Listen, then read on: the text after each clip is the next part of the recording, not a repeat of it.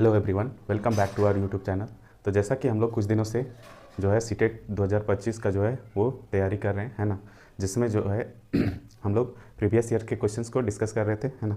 तो आज भी हम लोग जो है इसका जो है सीटेट का जो है सामाजिक अध्ययन पेपर 2 का जो है उसको हम लोग आज देखने वाले हैं, है ना। जो 60 क्वेश्चंस पूछे जाते हैं ये टोटली प्रीवियस ईयर से लिए गए क्वेश्चन है ना, जो आपके आने वाले एग्जाम्स में काफ़ी ज़्यादा बेनिफिशियल रहने वाला है ना।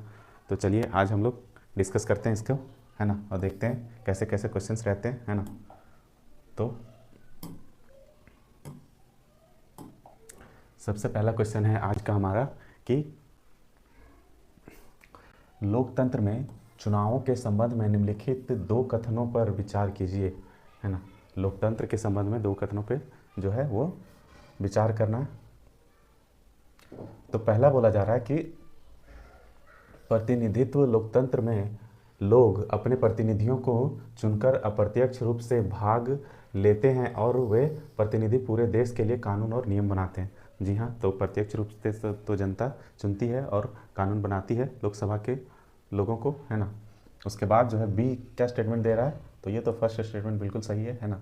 सेकेंड स्टेटमेंट है कि सरकारें नियमित चुनावों द्वारा बदली जा सकती हैं, तो ये भी स्टेटमेंट करेक्ट है ना। तो दोनों करेक्ट हैं।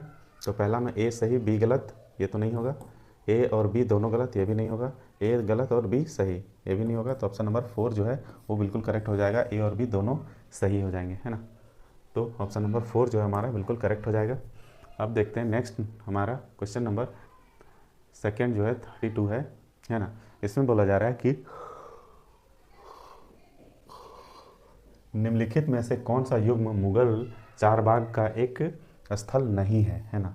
तो मुगल चारबाग का कौन सा एक स्थल नहीं है, तो वह जो है हुमायूं का मकबरा तो है ना।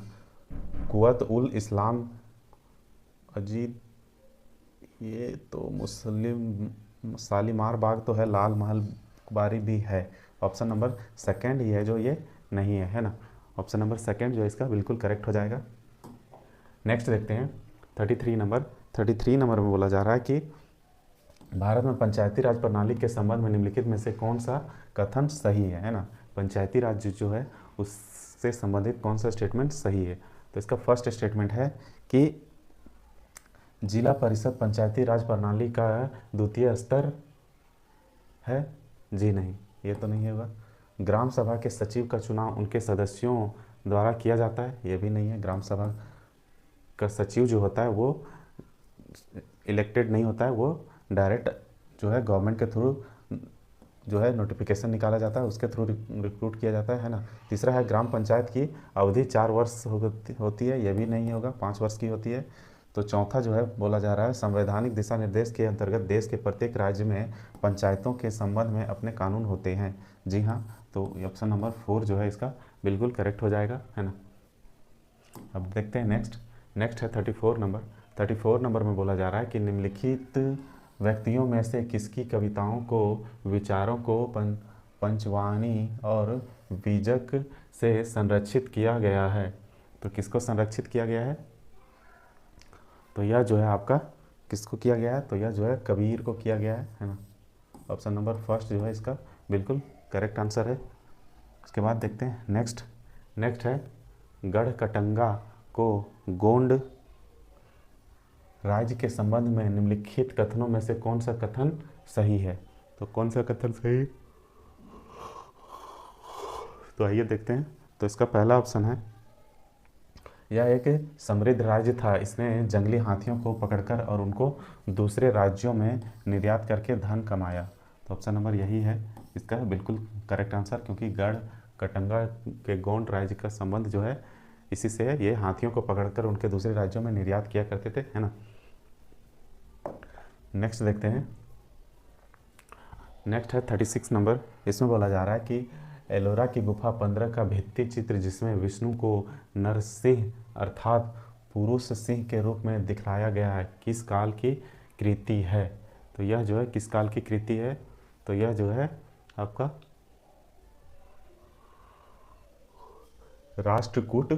राष्ट्रकूट काल का है। ऑप्शन नंबर फर्स्ट जो है ये बिल्कुल करेक्ट है आपका। उसके बाद देखते हैं नेक्स्ट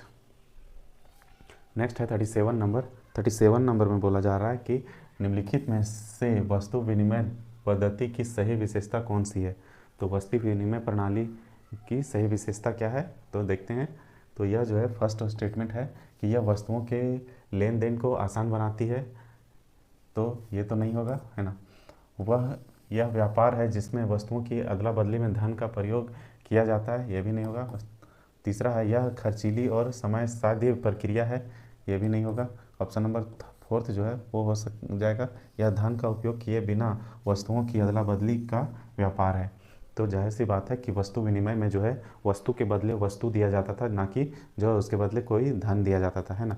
तो इसे ही वस्तु विनिमय प्रणाली कहते हैं, जो ऑप्शन नंबर 4 जो है इसका करेक्ट डिफाइन कर रहा है ना।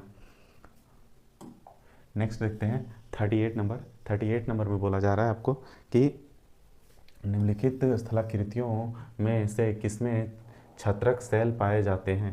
तो छत्रक शैल जो है आपका कहाँ पाए जाते हैं, तो वो आपका जो है रेगिस्तान में पाए जाते हैं। ऑप्शन नंबर 2 जो है इसका बिल्कुल करेक्ट हो जाएगा, है ना।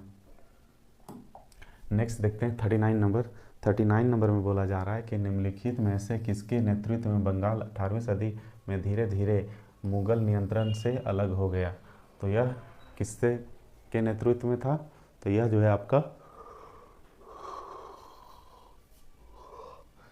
मुर्शिद कुली खां के नेतृत्व में हुआ था, है ना। ऑप्शन नंबर 1 जो है इसका बिल्कुल करेक्ट हो जाएगा। नेक्स्ट देखते हैं 40 नंबर क्वेश्चन। इसमें बोला जा रहा है कि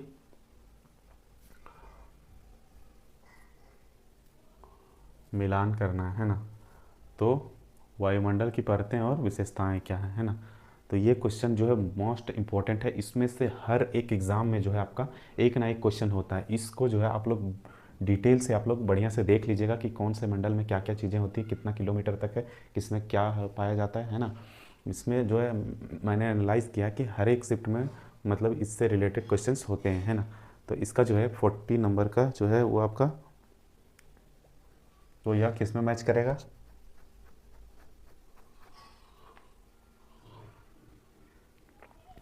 क्षोभ मंडल है। तो क्षोभ मंडल में जो है आपका मौसम के बारे घटनाओं के बारे में बताएगा, है ना। उसके बाद जो है समताप मंडल जो है आपका, इसमें ओजोन लेयर पाया जाता है ना, इसका ये हो जाएगा। उसके बाद जो है मध्य मंडल जो है आपका क्या हो जाएगा कि वो इसमें उल्कापिंडों को के परतों को आने के लिए जो है ये हो जाएगा, है ना। उसके बाद 4 जो है वो जाहिर सी बात है इसका 1 हो जाएगा, है ना। तो इसमें से ऑप्शन नंबर कौन सा सही हो जाएगा, 4 3 2 1 ऑप्शन नंबर 2 जो है आपका बिल्कुल करेक्ट हो जाएगा, है ना। नेक्स्ट देखते हैं 41 नंबर में बोला जा रहा है कि भारत में चिकित्सा पर्यटकों के संदर्भ में निम्नलिखित 2 कथनों पर विचार कीजिए, है ना। 2 कथनों पर विचार करने के लिए बोला जा रहा है। तो फर्स्ट स्टेटमेंट बोला जा रहा है कि वे विदेशी पर्यटक हैं जो भारत के उन अस्पतालों में अपना इलाज कराने के लिए विशेष रूप से आते हैं जहां उन्हें अपने देश की तुलना में कम मूल्य पर विश्व स्तरीय सुविधाएं प्राप्त हो जाती हैं। जी हाँ, तो ये तो बिल्कुल सही बात है ना। नेक्स्ट देखते हैं, वे भारत के भीतर के ही प्रवासी हैं जो एक राज्य से दूसरे राज्य के उन अस्पतालों में अपना इलाज कराने के लिए जाते हैं जहां उन्हें अपने राज्य की तुलना में कम मूल्य पर विश्व स्तरीय सुविधाएं प्राप्त हो जाती हैं। सही विकल्प को चुनें, है ना। तो ऐसा नहीं है, एक राज्य से दूसरे राज्य तो लगभग ना के बराबर ही जाते हैं, हालांकि देश से को जो है वो प्रीफर करते हैं, है ना। तो इसका जो है ए सही और बी गलत किस में है, तो ऑप्शन नंबर 1 ही है जो इसका करेक्ट आंसर है ना। 41 नंबर, है ना। अब देखते हैं हम लोग नेक्स्ट 42 नंबर, है ना। 42 नंबर में बोला जा रहा है कि रमाबाई जो महिला शिक्षा की योद्धा थी, कभी स्कूल नहीं गई, फिर भी उन्हें पंडिता की उपाधि दी गई, क्यों दी गई थी उसको पंडिता की उपाधि। तो देखते हैं इसका फर्स्ट ऑप्शन है उन्हें अपने माता पिता से पढ़ने लिखने सीखा था, ऐसा नहीं है ना। उनके मिशन ने विधवाओं और गरीब महिलाओं को न केवल पढ़ने के लिए प्रोत्साहित किया अपितु व्यावसायिक कुशलताओं की सहायता से स्वावलंबी होने की शिक्षा भी दी। तो ये सारी चीज़ें उन्होंने की थी, है ना। तो तीसरा है वे संस्कृत पढ़ना लिखना जानती थी, जो एक बहुत बड़ी उपलब्धि थी क्योंकि उनके समय में महिलाओं को इस प्रकार का ज्ञान अर्जित करने की अनुमति नहीं थी, है ना। और चौथा ऑप्शन क्या कह रहा है कि उन्हें महिला शिक्षा को बढ़ावा देने के लिए पुणे के पास खेड़ा गांव में एक मिशन स्थापित किया था। तो ये तो स्थापित किया ही था, लेकिन जो है वो थर्ड नंबर इसका सही हो जाएगा, क्योंकि वे संस्कृत पढ़ना लिखना जानती थी, जो एक बहुत ही बड़ी उपलब्धि थी, है ना, उस समय में, जिस समय ये आंदोलन कर रहे थे, है ना। तो ये उनके लिए बड़ी उपलब्धि थी और इसी के कारण से उन्हें पंडिता की उपाधि दी गई थी, क्योंकि वे संस्कृत जानते थे अच्छे से, है ना। अब देखते हैं नेक्स्ट क्वेश्चन है 43 में बोला जा रहा है कि 1856 में निम्नलिखित गवर्नर जनरलों में से किसने यह निर्णय किया था कि बहादुर शाह जफर आखिरी मुगल बादशाह होंगे और उनकी मृत्यु के बाद उनके किसी वंशज को बादशाह नहीं माना जाएगा, है ना। तो यह किसने कहा था? तो यह जो है आपका कैनिंग ने कहा था। ऑप्शन नंबर फर्स्ट जो है इसका बिल्कुल करेक्ट हो जाएगा, है ना। इसके बाद देखते हैं नेक्स्ट है 44 नंबर में बोला जा रहा है कि औपनिवेशिक शिक्षा पर गांधी जी के विचारों के संबंध में निम्नलिखित कथनों में से कौन सा कथन गलत है? तो कौन सा कथन गलत है, किससे संबंधित? औपनिवेशिक शिक्षा पर, है ना। तो इसका फर्स्ट ऑप्शन दिया हुआ है कि औपनिवेशिक शिक्षा ने भारतीयों के मस्तिष्क में हीनता का भाव पैदा कर दिया, है ना। तो ये तो सही है ना, हीनता का भाव पैदा किया था। तो हमें पूछ रहा है कि गलत कौन सा है ना। तो दूसरा है अंग्रेजी में दी जा रही शिक्षा ने भारतीयों को अपने सामाजिक परिवेश से काट दिया था। तो ये भी सही बात है ना। जब अंग्रेजी पढ़ाया जाएगा तो वो तो अपने धीरे धीरे अपने समाज से कट जाएंगे। तीसरा है पश्चिमी शिक्षा में जीवन के अनुभवों और व्यवहारिक ज्ञान की अपेक्षा पाठ्य पुस्तकों पर आधारित बल दिया गया, है ना। तो व्यवहारिक ज्ञान उसमें नहीं था वेस्टर्न एजुकेशन में, है ना, केवल किताबी ज्ञान थे, है ना। चौथा है अंग्रेजी शिक्षा पढ़ने और लिखने की अपेक्षा मौखिक ज्ञान पर अधिक बल दिया, है ना। तो यही स्टेटमेंट जो है आपका सही हो जाएगा, क्योंकि यह स्टेटमेंट जो है आपका गलत है ना। और यहाँ पे गलत ही पूछा जा रहा है। तो ऑप्शन नंबर 4 जो है इसका बिल्कुल राइट आंसर हो जाएगा, है ना। अब देखते हैं हम लोग नेक्स्ट क्वेश्चन 45 नेक्स्ट देखते हैं अब हम लोग 45 नंबर में बोला जा रहा है कि 1857 ईस्वी के विद्रोह के तत्काल बाद ब्रिटिश सरकार की प्रशासनिक नीतियों में आए परिवर्तनों के संदर्भ में निम्नलिखित 2 कथनों पर विचार कीजिए, है ना। तो स्टेटमेंट दिया हुआ है कि ब्रिटिश संसद ने 1958 में एक नया कानून पारित किया और ईस्ट इंडिया कंपनी के सभी अधिकार ब्रिटिश साम्राज्य के हाथों में सौंप दिया। तो ये तो बिल्कुल सही बात है ना। नेक्स्ट देखते हैं, यह तय किया गया कि सेना में भारतीय सिपाहियों का अनुपात बढ़ाया जाए तथा यूरोपीय सिपाहियों की संख्या को कम किया जाए। ऐसा नहीं है, बल्कि अंग्रेज सिपाहियों की जो है संख्या वो बढ़ाई जाए और भारतीय सिपाहियों की संख्या कम की जाए। ये गलत स्टेटमेंट है। तो ए सही और बी गलत जो है आपका ऑप्शन नंबर फर्स्ट जो है वो बिल्कुल सही है ना। नेक्स्ट देखते हैं 46 में बोला जा रहा है कि दक्षिण भारत में नमक सत्याग्रह के एक वयोवृद्ध राष्ट्रवादी नेता निम्नलिखित में से कौन थे? तो वो कौन थे? तो ये जो है आपका कौन थे? सी राजगोपालाचारी, जो कौन थे? महात्मा गांधी के अनुयायी थे, है ना। नेक्स्ट देखते हैं 47 नंबर में बोला जा रहा है 47 नंबर में बोला जा रहा है कि ज्योतिराव फूले ने अपनी पुस्तक गुलामगिरी को निम्नलिखित में से किन्हें समर्पित किया? तो वह जो है किन्हें समर्पित किया था? उन भारतीयों को जिन्होंने भारतीय स्वाधीनता संग्राम में भाग लिया, ये तो नहीं होगा। दूसरा है उन भारतीय सैनिकों को जो द्वितीय विश्व युद्ध में मारे गए थे, ये भी नहीं होगा। तीसरा है उन अमेरिकियों को जिन्होंने गुलामों को मुक्ति दिलाने के लिए अमेरिकी गृह युद्ध में भाग लिया। जी हाँ, ऑप्शन नंबर थर्ड जो है इसका बिल्कुल करेक्ट हो जाएगा, क्योंकि ये जो है जो भारतीय थे उनको आज़ाद कराने के लिए जो है युद्ध किए थे अंग्रेज, है ना, उसके रिगार्डिंग था। नेक्स्ट है 48 नंबर में बोला जा रहा है कि भारत में उच्च न्यायालयों के संबंध में दिए गए 2 कथनों पर विचार कीजिए। तो पहला है, उच्च न्यायालय राज्य सरकारों के अंतर्गत आते हैं और उनकी ओर से ही कार्य करते हैं। नहीं, ये तो गलत स्टेटमेंट है। वो जो है सरकार से जो है बिल्कुल स्वतंत्र रूप से अपना कार्य करते हैं, ऐसा नहीं हो सकता। बी है, उच्च न्यायालयों के सभी न्यायाधीशों की नियुक्ति राज्य के मुख्यमंत्री के साथ विचार विमर्श करने के बाद की जाती है, ऐसा भी नहीं है, है ना। तो ये जो है दोनों गलत है। तो ऑप्शन नंबर ए जो है, ए बोलते हैं, बी जो है इसका बिल्कुल सही हो जाएगा। ए और बी दोनों जो है गलत स्टेटमेंट है।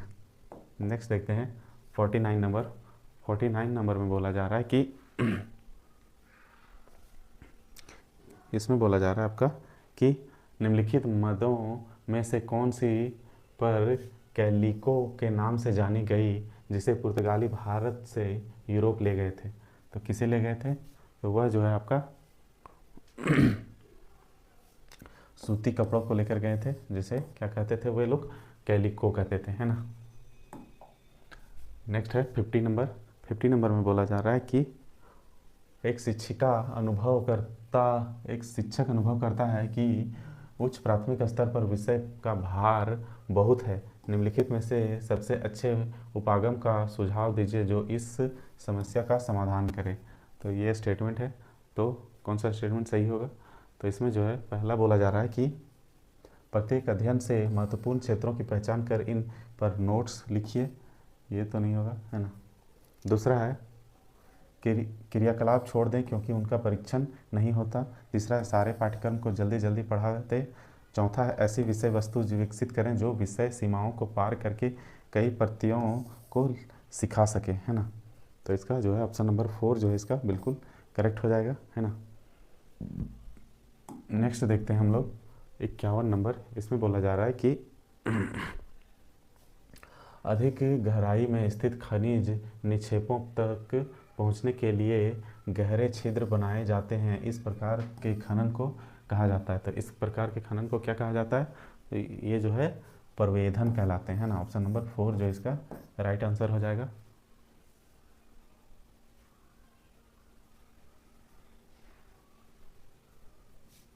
नेक्स्ट देखते हैं 52 नंबर में बोला जा रहा है कि लद्दाख में पाया जाने वाला यूरेनियम एक उदाहरण है किसका? तो वह जो है आपका संभाव्य संसाधन का उदाहरण है ना, जो आने वाली पीढ़ी में उसका यूज़ किया जाएगा।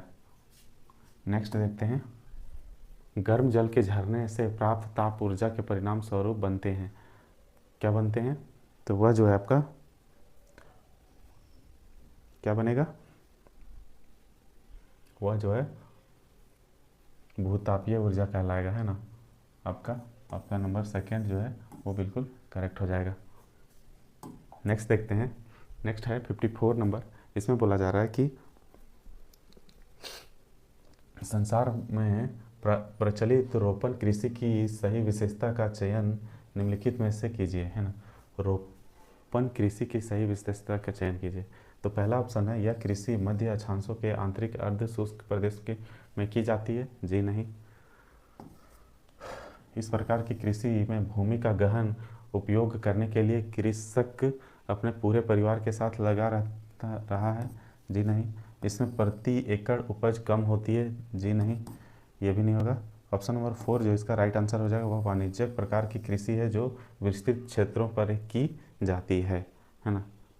तो ऑप्शन नंबर 4 जो इसका राइट आंसर हो जाएगा।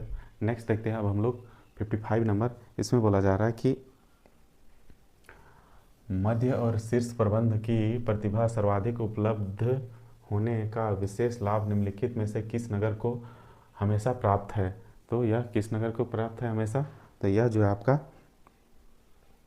बेंगलुरु को प्राप्त है ना। ऑप्शन नंबर सेकंड जो इसका बिल्कुल राइट आंसर हो जाएगा।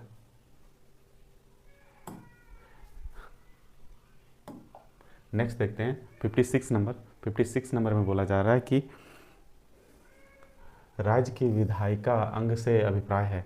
राज्य की जो विधायिका है उससे क्या अभिप्राय है ना। तो यह जो है राज्य की विधायिका जो है क्या है, सर्वोच्च न्यायालय के न्यायाधीश है, ये तो नहीं होगा। कानून लागू करने के लिए उत्तरदायी नौकरशाह, ये भी नहीं होगा। नागरिकों द्वारा निर्वाचित प्रतिनिधि है या फिर देश का प्रत्येक नागरिक है, जी नहीं। ऑप्शन नंबर थर्ड जो इसका बिल्कुल राइट हो जाएगा, क्योंकि नागरिकों द्वारा निर्वाचित प्रतिनिधि कौन होता है, एक विधायक होता है ना। तो ऑप्शन नंबर जो है थर्ड जो है इसका राइट आंसर हो जाएगा। नेक्स्ट देखते हैं 57 नंबर। 57 नंबर में बोला जा रहा है कि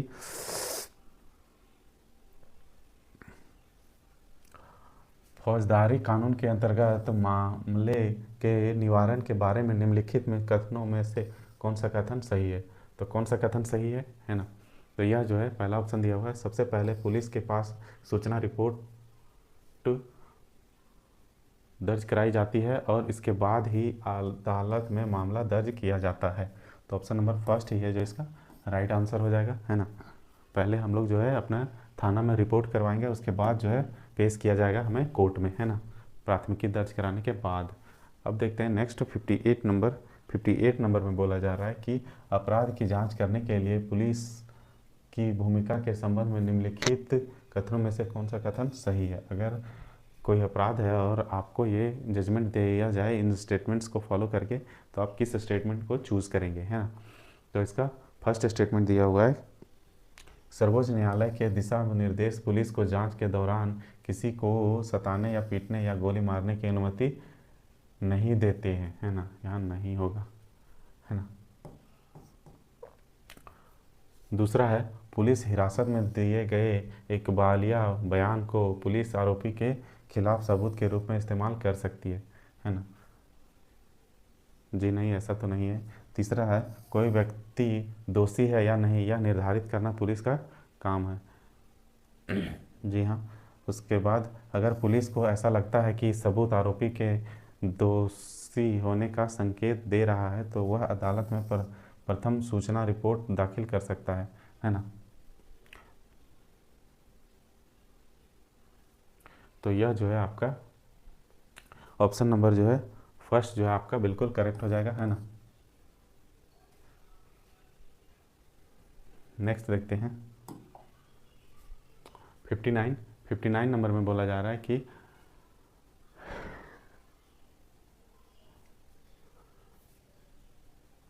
मौलिक अधिकारों के विषय में निम्नलिखित दो कथनों पर विचार कीजिए। भारत के संविधान में दिए गए सभी मौलिक अधिकार न्यायालय में बाध्यकारी हैं। क्या बाध्यकारी हैं या फिर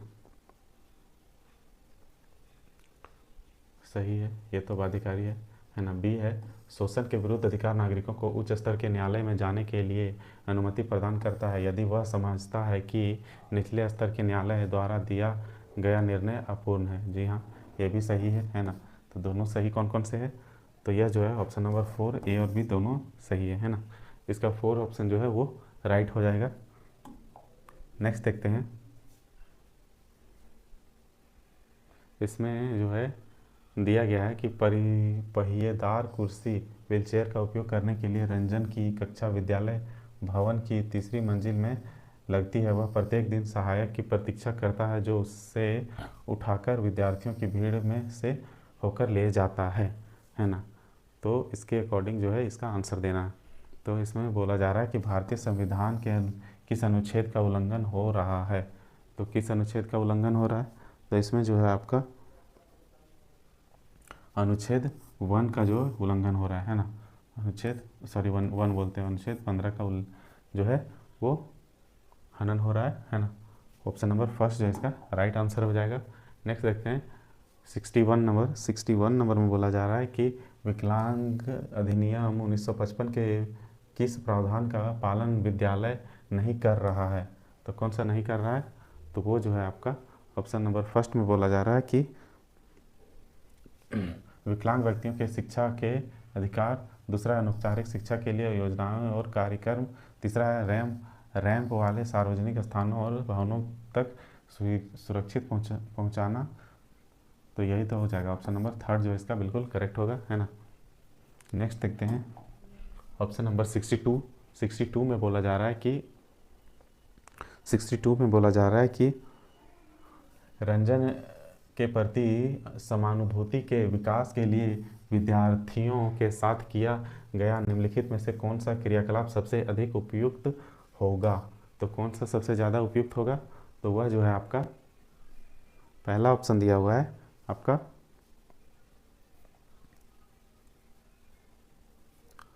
रंजन को सीढ़ियों से ऊपर ले जाने और नीचे लाने के लिए विद्यार्थियों को कहना, या फिर व्हीलचेयर कैसे ऊपर उठाया जाए इस पर विचारोद करना, या फिर एक भूमिका निर्वाह नाटिका का आयोजन करना जिससे विद्यार्थी व्हीलचेयर में ले जाने का अनुभव कर सकें। तीसरा है चौथा, विकलांगता अधिनियम पर एक भाषण देने के लिए किसी वकील को आमंत्रित करना चाहिए। तो जी नहीं, ऑप्शन नंबर थर्ड जो है इसका करेक्ट ऑप्शन हो जाएगा, क्योंकि जब तक बच्चे देखेंगे नहीं, सीखेंगे नहीं, जब तक मोटिवेट नहीं होंगे तब तक ऐसा नहीं कर सकते। नेक्स्ट देखते हैं 63 नंबर में बोला जा रहा है कि किसी ऐतिहासिक वर्णन का चुनाव समय निम्नलिखित में से किस उद्देश्य पर विचार किया जाना चाहिए? तो किस पर विचार किया जाना चाहिए? तो यह जो है लोकप्रिय घटनाओं को उजागर करना, या फिर मूल्य परक निर्णय देना, या फिर प्रसिद्ध व्यक्तियों का मूल्यांकन करना, या फिर चौथा है कारणात्मक संबंध और निष्कर्ष स्थापित करना। तो इसका जो है ऑप्शन नंबर 4 जो है उसका बिल्कुल राइट आंसर हो जाएगा, है ना। नेक्स्ट देखते हैं 64 नंबर। इसमें बोला जा रहा है कि 64 नंबर में बोला जा रहा है कि आप नए राज्य पाठ में चोल विषय पढ़ रहे हैं। पाठ के अंत में अन्यंत्र खंड में चीन के तांग राजवंश पर सूचना दी गई। कक्षा 7 हमारे अतीत इतना सामाजिक विज्ञान के शिक्षक होने के नाते इस पर विचार विमर्श करते समय आपका शैक्षिक विचार क्या होगा, है ना। तो इसमें शैक्षिक विचार आपका पूछा जा रहा है कि इसमें क्या होगा, तो क्या होना चाहिए? तो ऑप्शन देखते हैं हम लोग। तो इसमें दिया हुआ है कि विभिन्न समाजों में ऐतिहासिक विकास की तुलना करना। जी नहीं। नेक्स्ट देखते हैं विद्यार्थियों को चीन के अतीत पर कल्पना करने का अवसर प्रदान करना। ये तो भी नहीं होगा, है ना। विद्यार्थियों को विश्व इतिहास से परिचित कराना, या फिर विद्यार्थियों को रोचक तथ्यों के प्रति जागरूक करना। तो ऑप्शन नंबर 4 जो इसका राइट आंसर हो जाएगा, है ना। जो उससे रोचक तथ्य होंगे जो उससे रूबरू करवाना, है ना, ताकि उनको। तो ये थे हमारे आज के 30 इम्पोर्टेंट क्वेश्चंस, है ना। अब हम लोग नेक्स्ट वीडियो में और भी क्वेश्चंस लेकर के आएंगे। इसके लिए आप हमारे चैनल को सब्सक्राइब कीजिए एंड वीडियो को लाइक कीजिए, है ना, और अपने दोस्तों के साथ शेयर कीजिए। Bye bye.